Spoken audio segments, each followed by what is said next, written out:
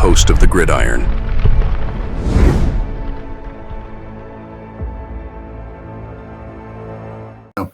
So I saw this. Unfortunately, it's like obviously the Giants are on the brink of making this year even worse. I mean, there's just some statistical, things that might happen to the Giants, after the season's over with. Other than maybe being 2-15, still regardless. There's other seasons where I guess maybe their winning percentage, might be bad. But they've had other 2-win seasons, but nothing compared to the 112-1 team from 1966. That team in 1966 actually had a not too bad of an offense. The defense gave up like 35 or 36 points a game in 1960. The defense was horrible, really, really horrible. They could put up some points, but their defense was really, really bad. But so I saw that this year. This is, the Giants, the season of futility. Oh boy.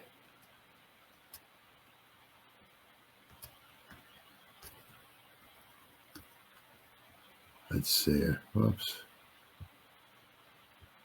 Oh, boy. I had something here. Oh, there we go. Cool.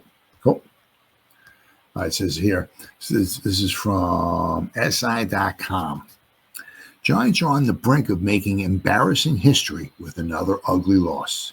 It's been a historically bad season for the New York Football Giants. You got that right. Oh, my goodness. You got that right. Since bringing home their fourth Lombardi trophy with the win over the Patriots back in 2012, after the 2011 season was over, the New York Giants have become one of the bottom of the barrel franchises in the NFL. Since that victory, the Giants have made the playoffs just twice and failed not to win the NFC East one time.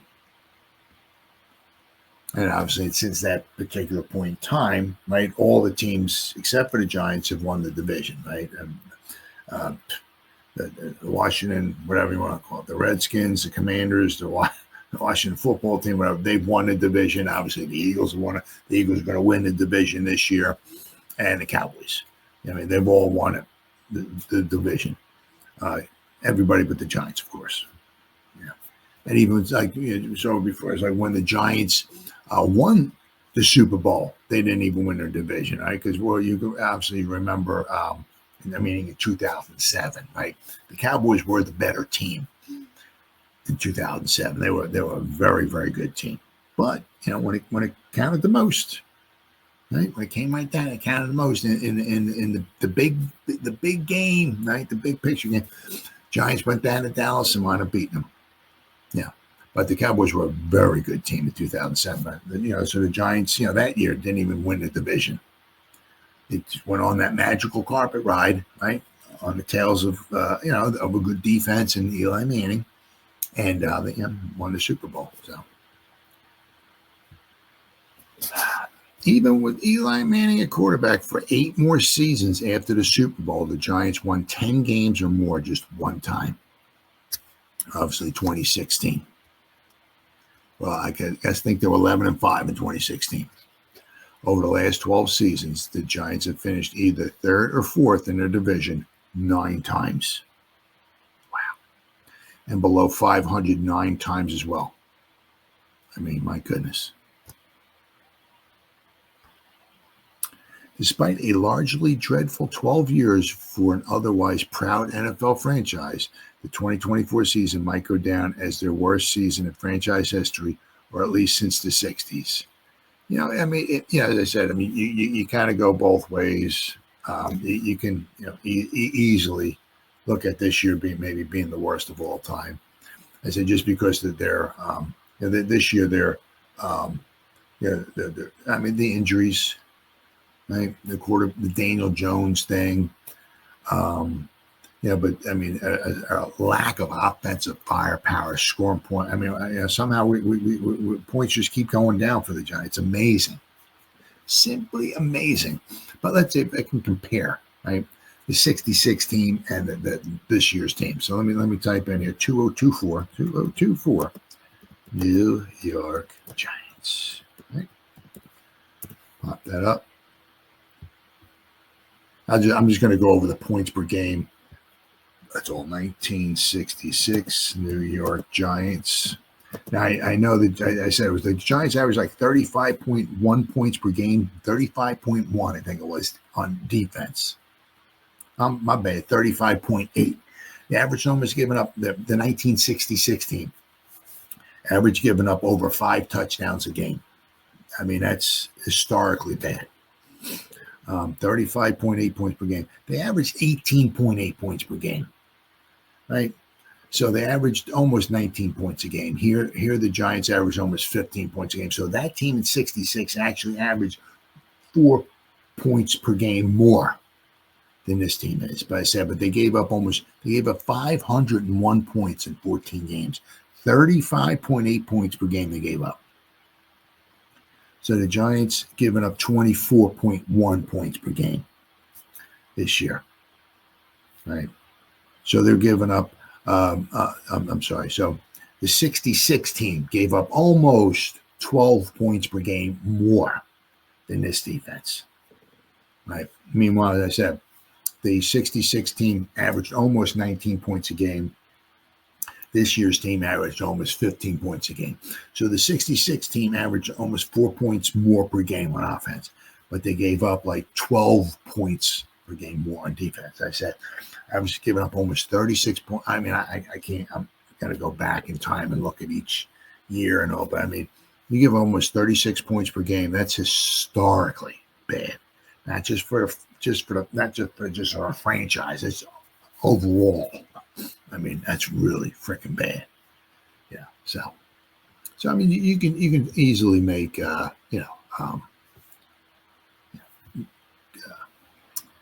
reasons why this '66 team is the worst. You can make reasons, certainly make reasons why this team's the worst. I was alive for '66, but I didn't see any of the games. I was like 2 years old at the time, so my dad might have had the games on in the family room, and I might have been playing or something like that. So the games might have been on, but I wasn't conscious of what the games were or anything like that. I wasn't paying attention or anything. You know what I mean?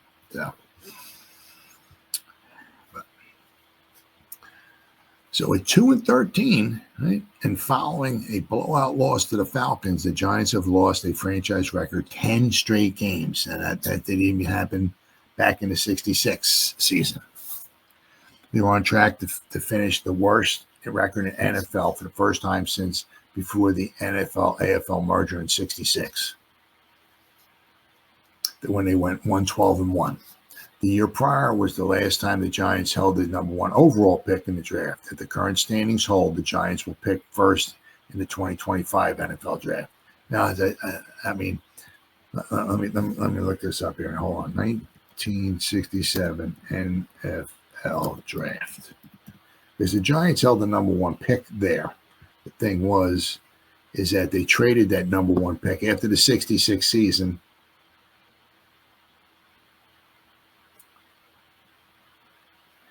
Let's see, number 1 in '66, Minnesota.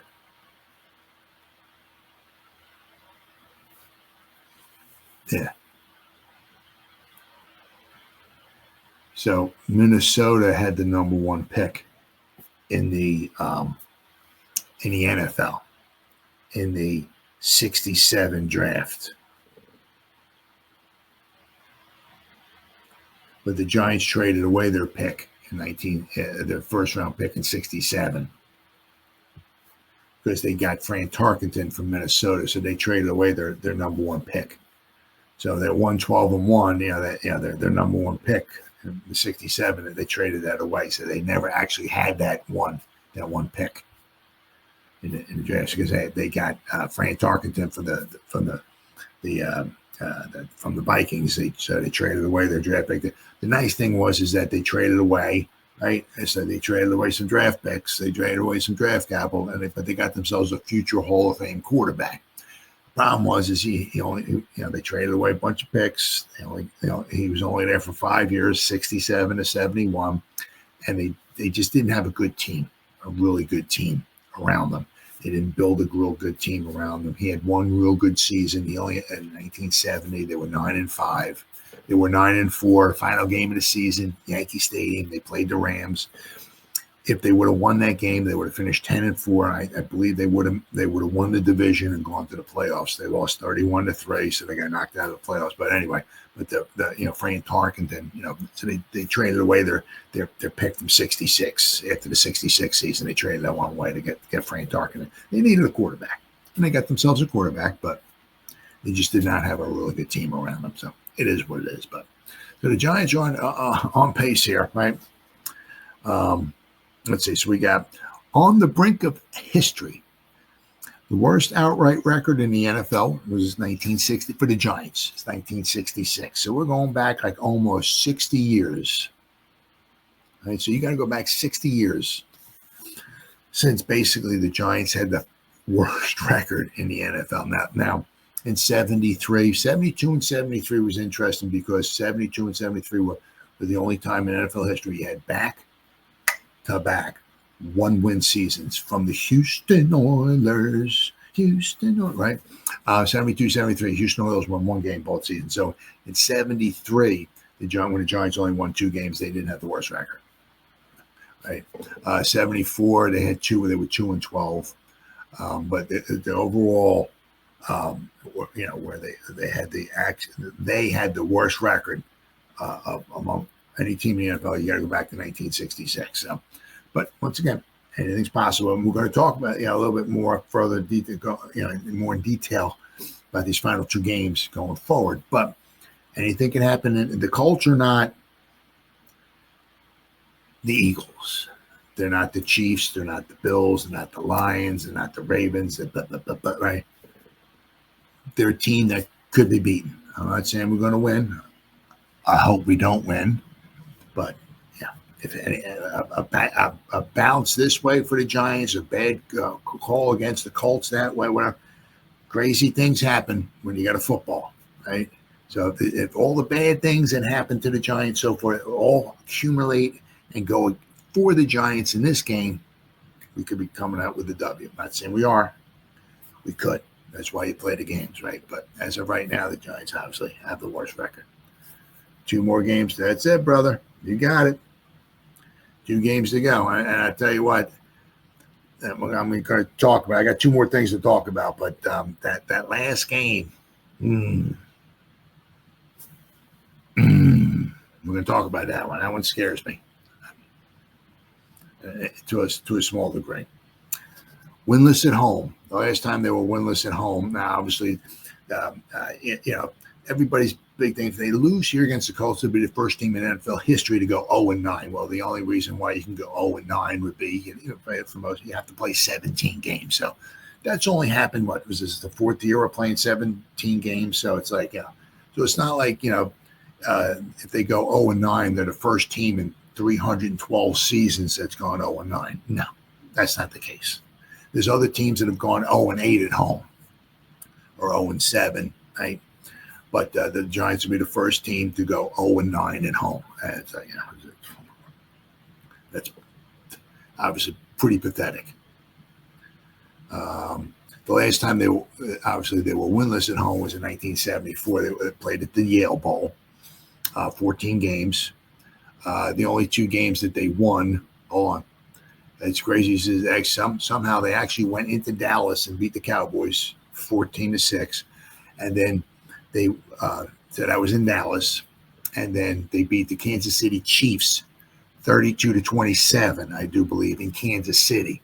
Now that game, this is 1974 when the Giants were winless at home. They were 0-7, didn't win a game. The Kansas City game when they won 32-27, if you go on YouTube or whatever and you check the game out against first time they ever played the Chiefs. Actually, the Chiefs are the last team in the newly formed AFC that the Giants played every other club, and the last team that they played was the Chiefs. They played every other team individually, right, leading up to that point. Then they finally played the Chiefs in 1974. But the Chiefs were driving, and they were down by 5 points. Len Dawson, I can't remember who he hit. I think it was a running back, maybe out of the backfield. The Giants tackled the dude at like the 1 yard line, and the clock was ticking. The Chiefs ran out, had no timeouts left. The Giants tackled them like the 1, and the clock ran out, and the Giants won. Had the game been like another 15, 20 seconds, Chiefs might have won that game, and the Giants might have won one all season long. But anyway, 1974, the Giants were 0-7 at home. It's back then it was as bad as it is now. 73 and 74, the Giants played 12 games at the Yale Bowl. Out of those 12 games, those were supposed to be their home games. 12 home games at the Yale Bowl. The Giants won 1 game out of 12. In those 2 seasons, the Washington Redskins and the Dallas Cowboys both won more games in the Yale Bowl than the Giants. The Redskins beat the Giants in 73 and 74 in the Yale Bowl. So the Redskins won 2 games in those 2 seasons at the Yale Bowl. The Giants had 12 chances to win, and they only won 1. The Cowboys did the same thing. 73 and 74, they won both games against the Giants in the Yale Bowl. So the Redskins, as they were called the Redskins back then, Redskins and the Cowboys in 1973 and 74 actually won more games in the Yale Bowl than the Giants did combined. I mean, said the Giants only won 1 game. So it was just, I mean, it's just seasons, just absolutely horrible. Winless. I mean, this one here is, winless in the division. They've never ever gone winless in the division. 73. They actually 73. They were 2-11-1. They tied the Eagles, and they beat the Cardinals. Right. 74, when they won only 2 games, their 1 or 2 wins was somehow they went on the road in Dallas and beat the Cowboys 14-6. So the Giants have never ever gone winless in the division. This could quite possibly, if they lose to the Eagles. And we got held the number 1 draft pick would be 1965 when they took Tucker Frederickson, who was a very good All-American kind of looking guy, from Auburn. Good, very good, solid running back. But unfortunately for the Giants, Gale Sayers was there, the Kansas Comet, and Dick Butkus was there. And the Giants could have used either one of those guys, but for some reason they took Tucker Frederickson. Now, interestingly, though, all of those guys have pretty much their careers got cut short due to knee injuries. Gale Sayers played into 71, I think. He only played like a handful of snaps in 71 because his one knee was pretty much gone, I believe. And Tucker Frederickson only played until 71 because he had to retire after it because of injuries. And then Butkus played, I think, till 73, but his season in 73 was cut short due to knee injuries. So both should go, or are you bringing Shane Dapes? Well, we're going to talk about that. That's in my next portion of our program here. I'll be there in just a couple minutes. It's where Mr. Mara is presented with an opportunity. There's an article written on that. Obviously, there's few articles written on that. But I said the Giants held the number 1 draft pick. Last time was 1965. So you got to go back 60 years. And once again, they still don't have. They're holding it right now, but 2 games to go, and anything's possible. And then before that, the time before that, they had the number 1 overall pick was in 1951. They took Kyle Rote Jr. out of SMU, who was a phenomenal player, really good player in college. But they didn't get him in 1951. They held the number 1 pick, but there was a lottery system. I don't really know why they went with the lottery. What it was teams' names were put in, and they pull every year a different team was pulled out, and they were like given the number 1 pick. So the Giants, like that year, actually wound up with 2 first-round picks. But they held 1951. They also held the number 1 overall pick, and they took Kyle Roach, who wound up being a very good. He got injured early on, and they wanted to move him from like running back out to wide receiver. He had a nice career. He played from 51 to 61 for the Giants. But so the Giants have had like 2 times have had the number 1 pick overall. So this year could be the 3rd. And we got the Giants have 2 games remaining: a home game versus the Colts and a road game against the Eagles. The Giants do not beat the Colts, they will have failed to win a home game in the season for the first time in 50 years.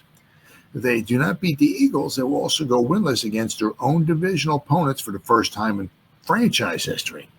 Even if the Giants do not finish as the NFL's worst team or somehow manage to win one of their final 2 games, the 2024 season will go down as one to forget.